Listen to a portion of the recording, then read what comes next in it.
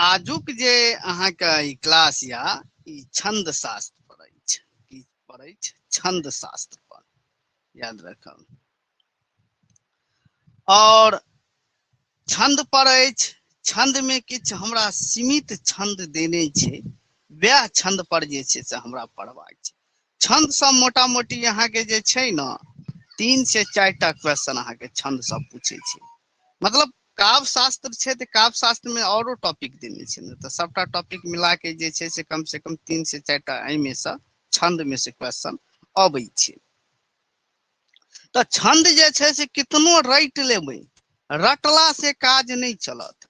जा तक एकर ट्रिक नहीं जानबै, एकर बेसिक चीज नहीं जानबै, ता तक अहाँ जे छै से एकरा कितनो रटि लेबै किछु न होमे वाला नहीं यऽ।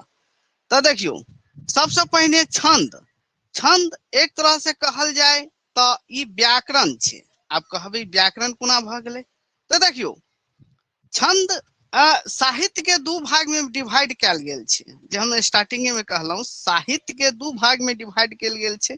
अहाँके एकटा गद्य में और एकटा पद्य में, ठीक छै। तऽ गद्य के लेल हमरा चाही व्याकरण, गद्य के लेल चाही हमरा व्याकरण, आ पद्य के लेल हमरा चाही अहाँके छंद शास्त्र। की चाही? छंद शास्त्र, याद रखब। छंद यानी छंद कोन धातु से बनल अछि? तऽ छंद जे छै से अहाँके चद धातु, चद धातु या छद धातु, एकरा संस्कृत में छिद्दी धातु सेहो कहल जाइ छै। तऽ अहाँके पूछत जे छंद कोन धातु से बनल यऽ, तऽ याद रखब एहि दुनू में से कोनो ऑप्शन देने रहत, या तो चद देने रहत या तो छद देने रहत। याद रखब, चद या छद देने रहत। और संस्कृत में एकरा छिद्दी धातु सेहो कहल जाइ छै, याद रखब। यानी एक तरह से कहल जाय कि कोनो भी गीत के या काव्य के या पद के चरण के जे छै से हम मधुरता के साथ जे छै से ओकरा हम पढ़ै छियै, गाबै छियै, तऽ ओहिमे जे छै से एकटा सीमित, जेनाहिते अहाँके जे छै से भाषा सिखबाक लेल गद्य में जे छै शुद्ध शुद्ध हमरा जे छै से भाषा बजबाक लेल जे छै व्याकरण के जरूरत पड़ै छै, तऽ तहिना शुद्ध शुद्ध पद के लेल जे छै छंद रहनाइ बहुत जरूरी छै। छंद बिनु जे छै पद नहीं छै, छंद नहीं तऽ पद नहीं। काव्य में शाब्दिक अनुशासनक नाम के, अनुशासनक नाम के छंद कहल जाइ छै। यानी हम अनुशासन के अनुसार, मतलब जे नियम छै ओहि नियम के अनुसार जे छै से हम शब्द के मात्रा में, मात्रा के वर्ण के हम प्रयोग करबै। तऽ सबसे पहिने अहाँके ई क्वेश्चन पूछत कि ई कोन धातु से, छंद के धातु कोन धातु से उत्पन्न भेलै? तऽ छद या छंद, छद, छद देखियौ छद या चद, ठीक छै। आ संस्कृत में एकरा छिद्दी कहल जाइ छै। चलू नेक्स्ट अहाँके भऽ गेल, ऐसे एकर अर्थ होइ छै, छंद के अर्थ होइ छै आह्लादित, खुश, प्रसन्न, प्रफुल्ल, खुशी, लहर, ई सब जे छै से अहाँके एकर शाब्दिक अर्थ होइ छै। देखियौ तऽ हम अहाँके एते शुरुए में कहि देलहुँ, गधक नियामक जो व्याकरण थिक, यानी गद्य के नियम से जो व्याकरण छै, तऽ पद के लेल की छै? छंद शास्त्र छै। आ छंद शास्त्र के जनक किनका कहल जाइ छै? छंद शास्त्र के जनक अहाँके पिंगल के कहल जाइ छै। किनका कहल जाइ छै? पिंगल के कहल जाइ छै। तऽ याद राखब जे छंद के कखनो कखनो अहाँके पिंगल सेहो मतलब प्रश्न अहाँके बना देत कि पिंगल कहल जाइत अछि, पिंगल शास्त्र कहल जाइ छै। संगीत शास्त्र के, छंद शास्त्र के, काव्य शास्त्र, मतलब ओहिमे ऑप्शन अहाँके देने रहत कथा शास्त्र के, तो ओहिमे हेतै छंद शास्त्र के। अलंकार शास्त्र के की चीज के कहल जाइ छै? छंद शास्त्र के। पिंगल शास्त्र सेहो कहल जाइ छै, ठीक छै। तकर बाद देखियौ छंद के जे सर्वप्रथम, छंद के सर्वप्रथम जे छै से उल्लेख ऋग्वेद में भेटैया। कतऽ भेटैया? ऋग्वेद में। जो अहाँके पूछे कि छंद के सर्वप्रथम उल्लेख भेटैया तऽ ऋग्वेद में। कतऽ? ऋग्वेद में। छंद कविता व गीत में वर्णक संख्या।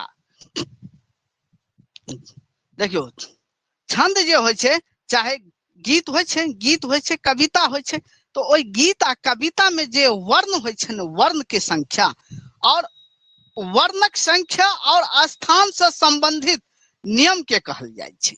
ठीक छै, कहल जाइ छै। जैसे काव्य में लय आ रंजताक आबै छै, यानी सुर ताल ई सब जे छै से अहाँके मधुरता लाबै छै, लय लाबै छै। आचार्य पिंगल, जे कि हम पहिने कह देने रही अहाँके, आचार्य पिंगल द्वारा रचित छंद शास्त्र। तो एकटा याद राखब, छंद शास्त्रक रचयिता के छथि पिंगल, पिंगल। आ छंद शास्त्र के पिंगल शास्त्र सेहो कहल जाइ छै। याद रखब, छंद शास्त्र के पिंगल शास्त्र सेहो कहल जाइ छै। जो अहाँके पूछत छंद शास्त्र के की कहल जाइ छै, तऽ पिंगल शास्त्र, पिंगल शास्त्र सेहो कहल जाइ छै।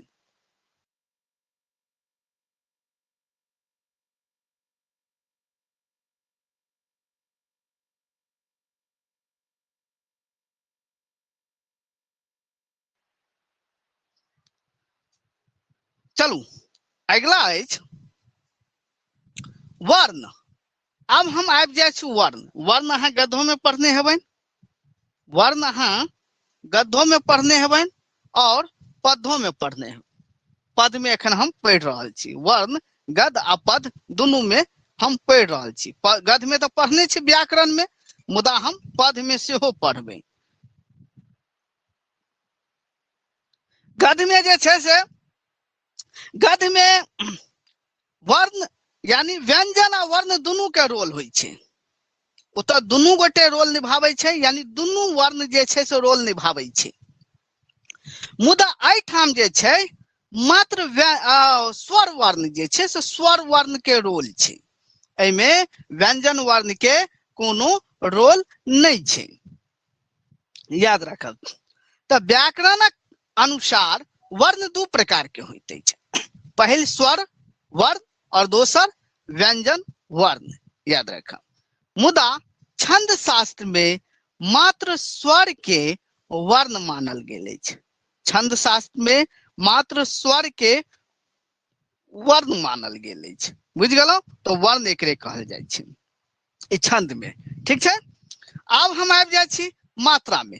छंद सँ, छंद पूर्ण रूप से जानबाक लेल पहिने ओकर हम जे छै से मेन तथ्य छै ओकरा बारे में हमरा जाननाइ बहुत जरूरी छै।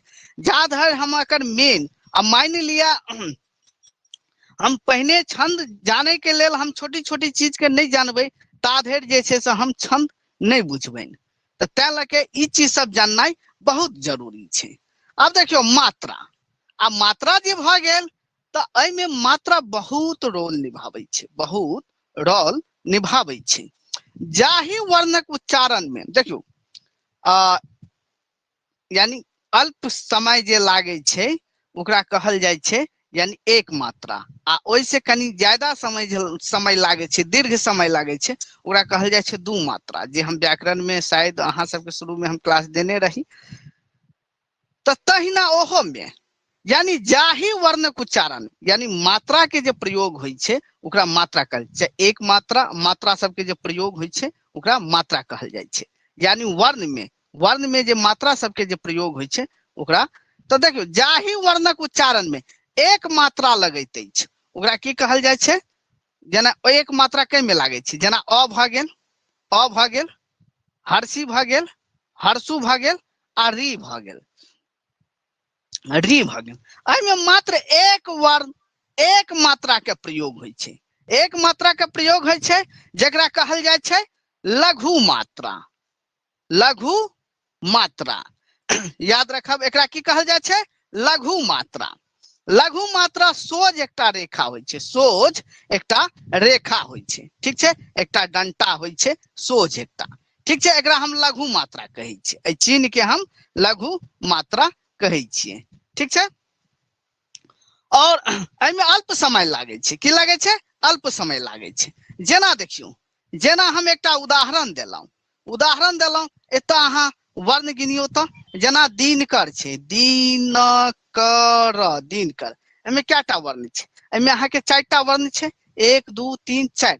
चारिटा वर्ण छै और एहि में जे छै एहि में देखियो ध्यान से देखबै ये तो हम अहाँ के देने छी हे तो देखियो जेना दिनकर में लघु मात्रा एत चारिटा डंटा छै 1 2 3 4 चारिटा डंटा यानी लकीर छै चारिटा लकीर छै तेकरा हम लघु मात्रा कर आब कहबे सर में लघु मात्रा कोना आबि गेलै तो ई चीज कनी हम अखन आगू बढ़ब एखन तो स्टार्टे भेलै तो देखियो जेना दिनकर भ गेलै दिनकर तो दिनकर में जो या ई दिन यानी मान लिया यानी दीर्घी के मात्रा रहते तो एहि में एकरा गुरु मात्रा हेतै एकरा गुरु मात्रा कहल जाइ छै ठीक छै आ एकटा डंटा के हम लघु मात्रा कहबे यानी एस टाइप के जे रहते कनी टेढ़ कह देबे एकरा एस टाइप के जे रहते तो ओकरा गुरु मात्रा कहल जाइ छै तो देखियो दिनकर में जखन हम दिनकर लिखे छै तो दिनकर में जखन लघु मात्रा के प्रयोग होय यानी हर्षी के उच्चारण छै ना तो हर्षी में यानी एकटा डंटा नौ में मतलब जैसे से कोनो मात्रा नहीं छै अ छै ने कोनो मात्रा नहीं छै तो एकटा डंटा क में कोनो मात्रा नहीं छै तो एकटा डंटा आ र में कोनो मात्रा नहीं छै तो एकटा डंटा यानी चारिटा रेखा जे छै से लघु एकरा जे छै से गुरु अथी लघु मात्रा कहबे की कहबे लघु मात्रा याद रखब तकर बाद नीचा में देखियो नीचा में अहाँ का जाहि वर्णक एत ध्यान से देखबे जाहि वर्णक उच्चारण में दूटा मात्रा कैटा दूटा मात्रा लगैत अछि या अल्प समय से दीर्घ समय जखन लागे छै एक मात्रा से बेसी मात्रा के प्रयोग होय छै तो ओकरा की कहल जाइ छै ओकरा कहल जाइ छै अहाँ का गुरु मात्रा ओकरा की कहल जाइ छै गुरु मात्रा एकर चिन्ह देखियो एकर चिन्ह यह छै गुरु मात्रा के चिन्ह कनी एस जका जे छै कनी टेढ़ क देबै बुझलौ एकरा गुरु मात्रा कहल जाइ छै आ ई एकटा डंटा के कथी कहबे लघु मात्रा कहबे याद रखब तो आब देखियो एकर उदाहरण जना हम वैदेही लिखलिए वैदेही छै तो एतऽ अहाँ के आई के उच्चारण छै ना फेन दे में आई के उच्चारण छै एकटा आ तकर बाद एतऽ देखियो आ हर्षी के उच्चारण छै तो एतऽ की हेतै यानी अहाँ का तीनटा लघु यानी गुरु हेतै तीनटा गुरु हेतै याद रखब तीनटा गुरु हेतै तब देखियो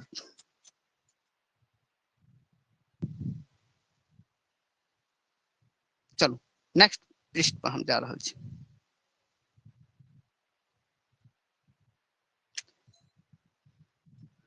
तब देखियो आब हम आबि गेलो गण की होय छै ई जाननाइ बहुत जरूरी छै गण से अहाँ के क्वेश्चन रहे छै याद रखब गण से क्वेश्चन अहाँ का रहे छै ठीक छै देखियो गण जे अहाँ के भ गेल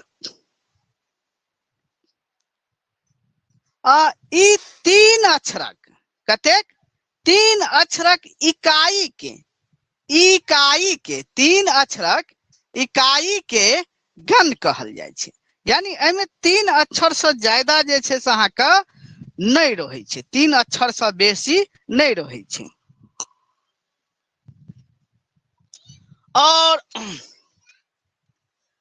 एमे जे देखियो तीन अक्षरक एक इकाई के गण कहल जाइ छै गण कतेक प्रकार के होय छै 8 प्रकार के होय छै जो अहाँ से क्वेश्चन पूछत कि गण कतेक प्रकार के होय छै छंद शास्त्र में गण कतेक प्रकार के होय छै त 8 प्रकार के होय छै कतेक प्रकार के 8 प्रकार के होय छै एहि में देखियो एहि में मतलब उनट पुनट के जे छै आब एकरा याद कोना करबै याद करनाइ तो बड़ा संभव छै तो कदा याद करबै आब ओइ के लेल तो हमरा एकटा ट्रिक चाही ना ट्रिक जब तक नहीं जानबै तब तक हम कोना बुझबै त देखियो एतऽ हमरा करे के की छै जना देखियो एकर ध्यान से सुनबै सब चीज छोड़ के एतऽ ध्यान से सुनियो सबसे पहले एतऽ देखियो हम ट्रिक लिख देलहुं अहाँ का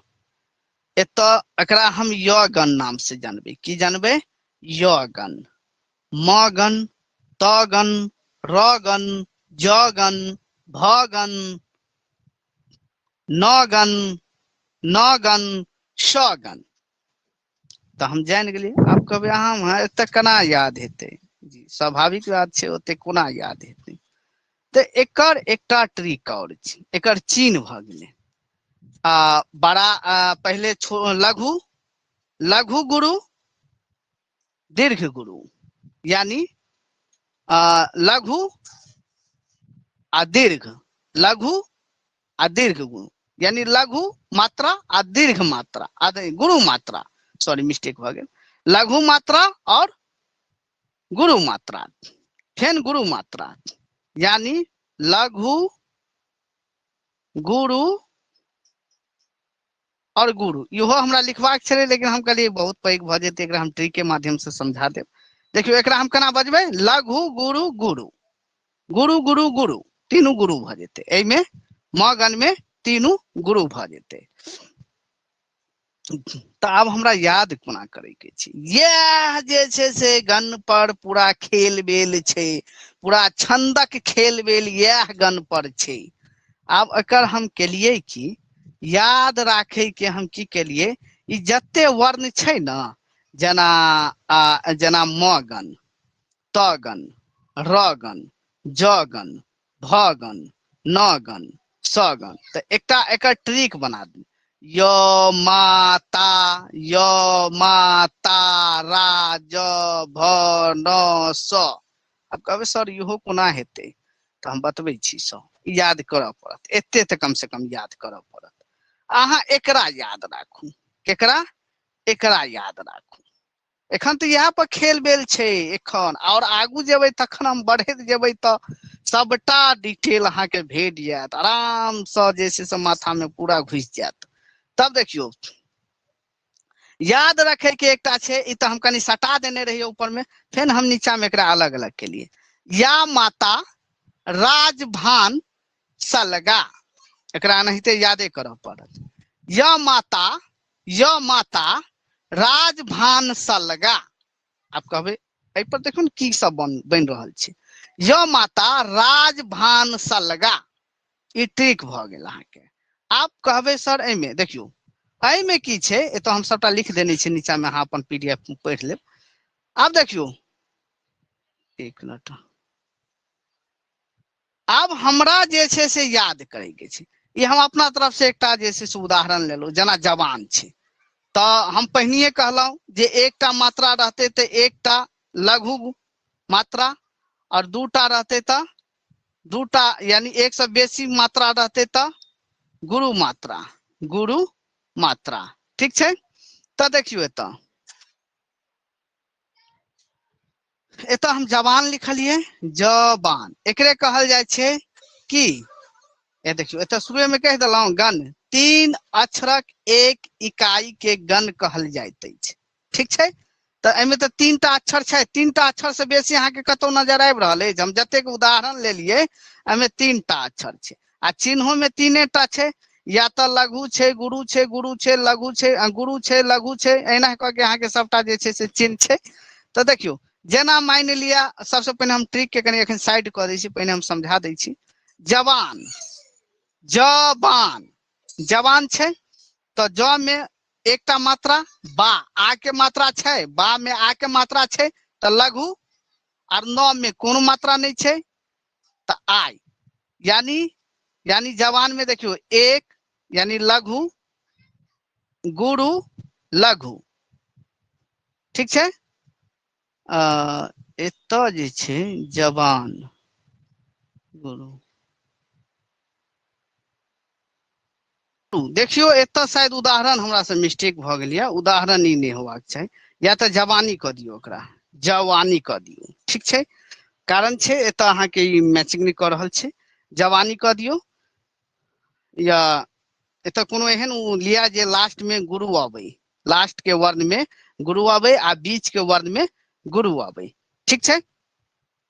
तो देखियो, जेना हम जवानी ल लै छी, जवानी, ओना तो मैथिली में ब लगबै छै, जवानी, जवानी। ठीक छै? तो ज में एकटा मात्रा भ गेल, लघु आ बा में गुरु आ नहर्षि का नी के मात्रा छे तो एमे गुरु गुरु हेते। लेकिन याद रखब यह हर्षि के उच्चारण रहते तो लघुए होते। हर्षि के जो उच्चारण कतो भी रहत तो लघु हैत। दीर्घी के उच्चारण जखन रहत तखन हैत अहाँके गुरु। याद रखब। तो जवानी में जे छै देखियो एकटा पाई एकटा जे छै से लघु अथी गुरु आ एकटा फेन गुरु भेलै।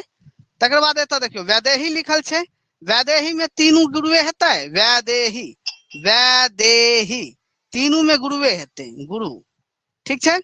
बाजार बाजार में देखियो जखन हम बाजार लिखे छियै बाजार मतलब कोनो अहाँके मन में जे शब्द अबै छै ओ शब्द लऽ सकै छी। जरूरी नहीं छै हम तो ई समझावे के लेल ई शब्द लेलहुँ। अहाँ कोनो शब्द लऽ सकै छी। आगू जाके जखन पद आचरण एहि सबमे जे छै से गति तुक आगू हम सबटा हम बता रहल छी। तो ओहि में यह शब्द सबके की कोना पहचानल जेतै कई टाइप के क्वेश्चन कैल जेतै वह सब पूछे छै। तो जेना हम बाजार लेलहुँ तो बाजार में देखियो एकटा गुरु भऽ गेल। आ के मात्रा छै गुरु गुरु और लघु छै। र में अ के मात्रा छै यहाँ के एकटा पाई वाला छै अ के। तो देखियो तो आब एना छै अहाँ के शारदा नरेश एकरा याद करे के छै। य गण म गण त गण अहाँ सब देखैत हेबै ओ की छै य गण म गण अहाँ सब कंफ्यूज भ जाइत हेबै। छंद में जखने ई देखैत तो माथा खराब भ जेता। तो र गण ज गण भ गण ठीक छै। तो एकरा याद करे के एकटा हम तरीका बता देलहुं। अहाँ के पूछत कखनो कखनो अहाँ के पूछत जे मतलब कोनो पाँती दऽ देत अहाँ के जेना अहाँ के जय जय भैरवी असुर भयावनी तो भैरवी जेना भैरवी दऽ देलकै पाँती अहाँ के भैरवी सॉरी भैरवी भैरवी। अब अहाँ के कहत कि भैरवी में कोन गण अछि भैरवी में कोन गण अछि आब बताओ अहाँ।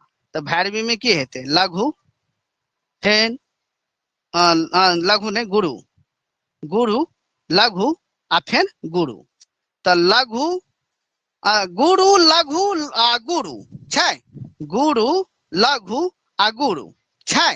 तो ई कतऽ आबै छै हैया एहिठाम आबै छै ज गण में आबै छै। कोन में आबै छै ज गण में आबै छै। एकरे उलट फुलैट के सबटा बनेने छै। मान लिया अहाँ के 4टा अक्षर दऽ देत 1 2 3 4 इतना अक्षर से आप कितना संख्या बनेगा मैथमेटिक्स में अहाँ सब पढ़ने हेबै। तो अहिना ना मतलब ओकरा ट्रिक पर हम निकालि दै छियै। तो तहिना एकरे जे छै से उलट फुलैट के जेना कोनो पासा छै पासा में यदि 6टा पार्ट छै तो अब ई 6टा पार्ट छै तो उलट फुलैट के कतेक बनते टोटल अहाँ के 36 बनते। तहिना तो देखियो तो भैरवी में कौन एले है ई ज गण एले ज गण। अहाँ के कोनो भी एहन शब्द अहाँ के माइंड पर आबि रहल अछि दिमाग में आबि रहल अछि तो ओकरा अहाँ जे छै एतऽ अहाँ हमरा अंतिम में हम पूछब अहाँ सबसे अंतिम में हम पूछब। तब देखियो तो आब एकरा याद करे के कोना छै आब तो यह पर हम गप करब। तो देखियो जेना य माता छै ना तो य माता माता छै तो पहिल य गण भ गेलै। आ य गण के बाद हम अगला दूटा वर्ण लऽ लेबै कतेक अगला दूटा वर्ण लऽ लेबै। कने हमर फेरसो पर ध्यान देबै अगला दूटा वर्ण लऽ लेबै। तो य गण में हम य तो य तो रहबे करते आ अगला दूटा वर्ण की भ गेलै माता। तो य माता ठीक छै य माता ई अगला दूटा वर्ण में ता के उच्चारण छै य माता ठीक छै। आब एतऽ देखियो य माता हम लेलियै तो एहिठाम हम दऽ देने छियै। एहिठाम देखियो य माता छै तो य माता जखन हम लिखे छियै तो कोन कोन मात्रा आबै छै य में अ के यानी लघु लघु और माँ में गुरु आ त में लघु एलै माता ता हेतै तो ता गुरु गुरु हेतै गुरु य माता देखियो एक मिनट ध्यान से य माता ठीक छै। य में लघु ता में गुरु आ माँ में गुरु आ ता में गुरु य माता यानी लघु गुरु गुरु ठीक छै। तकर बाद देखियो आब हमरा लग की छलै अहाँ के एक मिनट कइटो नहीं रहल छै हाँ। तब देखियो फेर हम नीचा आबै छी चलू यह ना हम लिखने छै ट्रिक य माता यमाता राज भान सलगा। तो य गण तो भ गेल। अब हम की लेबे? म गण लेबे। म गण लेबे ना, तो य के काट दियो, य के काट दियो, काट दिलिए। अब य के बाद नेक्स्ट वाला वर्ण की है? म। तो म तो रहबे करते। आ आई के अगला दूटा वर्ण ल लिया। अगला दूटा वर्ण की छे? ता आ रा। ता आ रा छे ना, देखियो एक मिनट हम एखन य म ता, ठीक छे, रा ज, ठीक छे। तो य वाला तो हम बता दिलौं, य वाला भ गेलै, य खत्म, एकरा मिटा दियो। अब एकरा म लिया। तो म तो हम लेबे करबै, आ कहने रही जे वर्ण लेबै ओई वर्ण के अगला दूटा वर्ण ल लिया। तो ता रा, तो ता ल लेलिए आ रा ल लेलिए। मातारा, मातारा, मातारा से हमरा की याद भ गेलै? म गण। मातारा से आ मातारा, तीनू में आ के उच्चारण छे। तो गुरु गुरु गुरु, तीनू गुरु वर्ण हेते। की हेते? गुरु, गुरु मात्रा हेते, तीनू में गुरु मात्रा हेते। वैदेही। तो तहिना जे छे से अहाँ सबटा देख लेबै, बुझलौं? जेना देखियो हमरा जे छे से स गण निकाले के छे। की निकाले के छे? स गण। तो स कत छे? स एठाम छे ना। एक मिनट, एक मिनट, है देखियो, य माता राज भान सलगा, याद रख पड़त ई ट्रिक अहाँ के।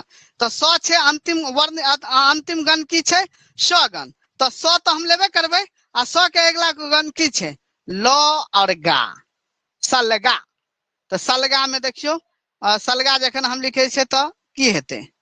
सलगा में हम जखन लिखे छे स ल गा, तो लघु लघु आ गा में गुरु भ गेलै।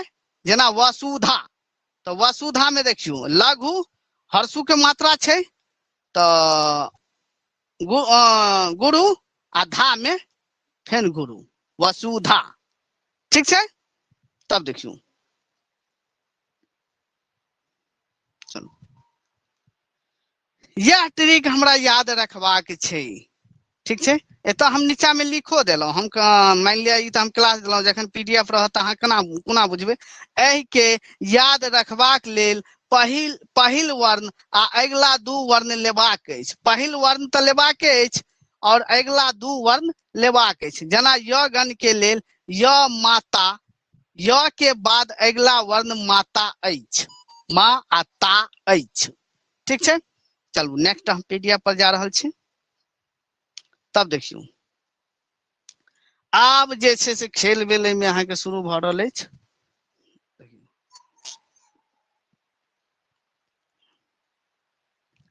देखियो, सबसे पहिने हमरा पद आ चरण जनबाक छे। की जनबाक छे? पद और पद और चरण। तो देखियो पद आ चरण की होइ छे? ई जना अहाँ के पूरा एक लाइन जे भेलै, ई एक लाइन।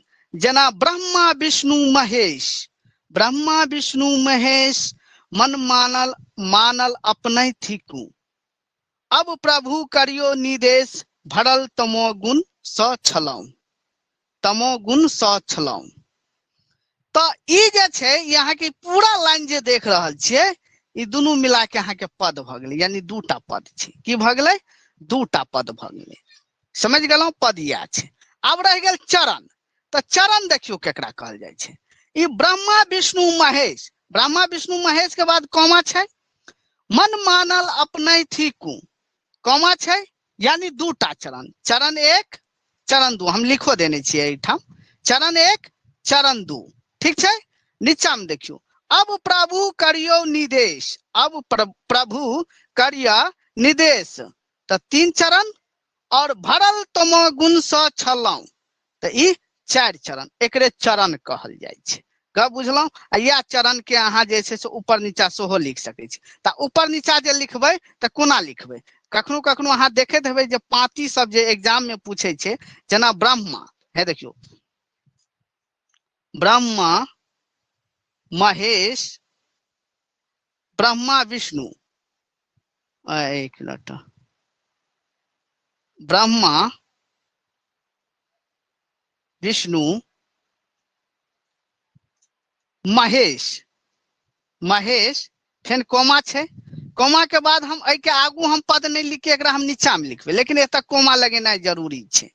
या तो ऊपर नीचा लिखबे तखनो हम चरण एकरा गिनबे, की गिनबे?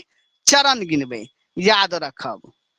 तो याद रखबे छंद में जो नीक जगह अहाँ सब जे छै से क्लास के नहीं देखबे तो छंद नहीं समझबे। बहुत विद्यार्थी एहन छै जे अहाँ के बैक भ चुकल छै, त अहाँ के की बुझलौ। तब देखियो कनी बोर फील ते है, मुदा चरण जा एक बेर छंद जान लेलिए तो जिंदगी भर नहीं बिसरबे। तब देखियो यति तो यह छे चरण आ पद, जान गेलौ। यानी दोनों दू लाइन भ गेल अहाँ के पद आ ए में 4टा चरण छे। अब हम आबि गेलौ यति। यति के विराम कहल जाय छे। यति के की कहल जाय छे? विराम कहल जाय छे।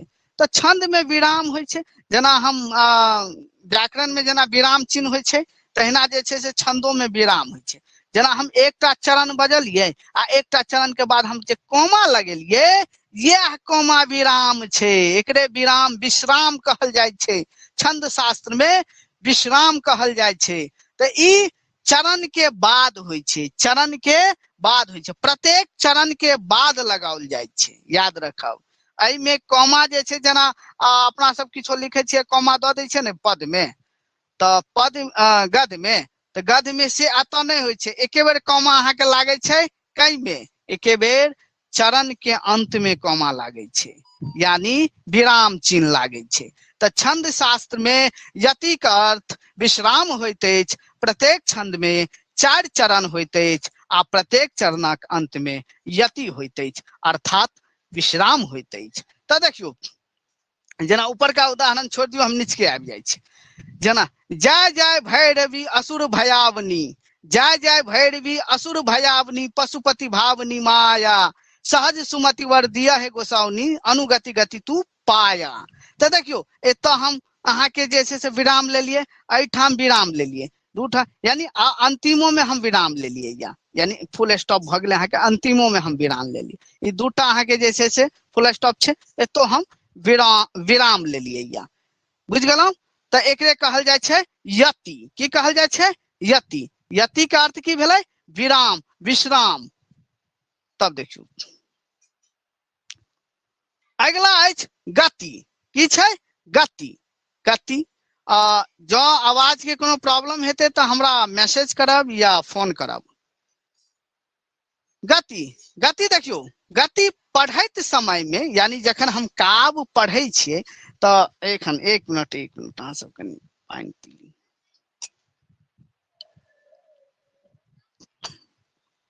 जखन हम काव्य या कविता या गीत हम पढ़ै छिए तो सुर ताल के साथ हम गबै छिए। मतलब एहन काव्य जे बजला पर यानी हमरा गति मतलब लय मिल जाए, गति मिल जाए, लय। पढ़ैत समय काव्य के स्पष्ट रूप से और सुखद, मतलब क्यों गाबै छे तो ओकर गीत सुन के हमरा आह्लादित प्रफुल्ल प्रसन्न भ जाए, मन गदगद भ जाए, तो ओकरे कहल जाय छे गति, यानी लय मिला के जे छे से गौनाई। तो नहीं मतलब क्यों गावे के छे गति के साथ, लय के साथ गान, लय के साथ गान। तो देखियो जना हम फकरा जगह पढ़ देले जय जय भैरवी असुर भयावनी। मान लिया अहाँ सब हमरा तो गीत नहीं आबैया आ एकरे कनी हम सुर ताल के साथ मिला देबै अहाँ के जय जय भैरवी असुर भयावनी, पशुपति भावनी माया, सहज सुमति वर दिया है गोसाउनी, अनुगति गति तू पाया। तो यह जे छे से गति भ गेले, लय भ गेले। तब देखियो जना तुक भ गेल, तो तुक जे छे से छंदक चरण के अंत में आवे। याद रखब एतऽ से क्वेश्चन पूछे छे छंद शास्त्र में केकरा प्राण कहल जाय छे, तो एमे ऑप्शन देने रह गति तुक यति, ऑप्शन देने रह। तो हम कनी हाईलाइट ने हम अथी केलो, हम हाईलाइट क के जे एमे वीवीआई हेते ओइ पर हम हाईलाइट क देब। तो प्राण कहल जाय छे छंद शास्त्र में, केकरा प्राण कहल जाय छे? तो तुक के प्राण कहल जाय छे, तुक के प्राण कहल जाय छे। आ तुक कखन लागे छे? तुक कखन लागे छे है देखियो जना हम ऊपर के उदाहरण ले छी उदाहरण तो हमरा ऊपर के लेबो पड़ते तो तुक ककरा लाग कहल जाय छै यानी प्रत्येक छंद के अंत में जे छै तुक लागे छै लागे छै आ नहियो लागे छै जो तुक नहीं लागे छै तो बेतुक कहलाबै छै तुक लागे छै तो तुक भेले तो देखियो जेना जाय जाय भैरवी असुर भयावनी तो देखियो असुर भयावनी जे हम लिखलिए भयावनी तो एहि में नहर्षिका नी के मात्रा छै आ न छै नहर्षिका नी के छै न तो एतऽ भयावनी और नीचा में की छै गोसावनी तो दोनों के जे अंतिम वाला जे वर्ण छै अतः तुक लगलै तुक लग गेलै जेना हाँ एतऽ देखियो पशुपति भावनी माया तो माया आ नीचा में की छै पाया यानी आवृत्ति सेम भेले अंतिम वर्ण की भेले या और या जो एहि में अहाँ के तुक पूछत तो यह तुक हेते एहि में नी आ एहि में या याद राखब या भेले तुक चलू नेक्स्ट पर हम जाइ छी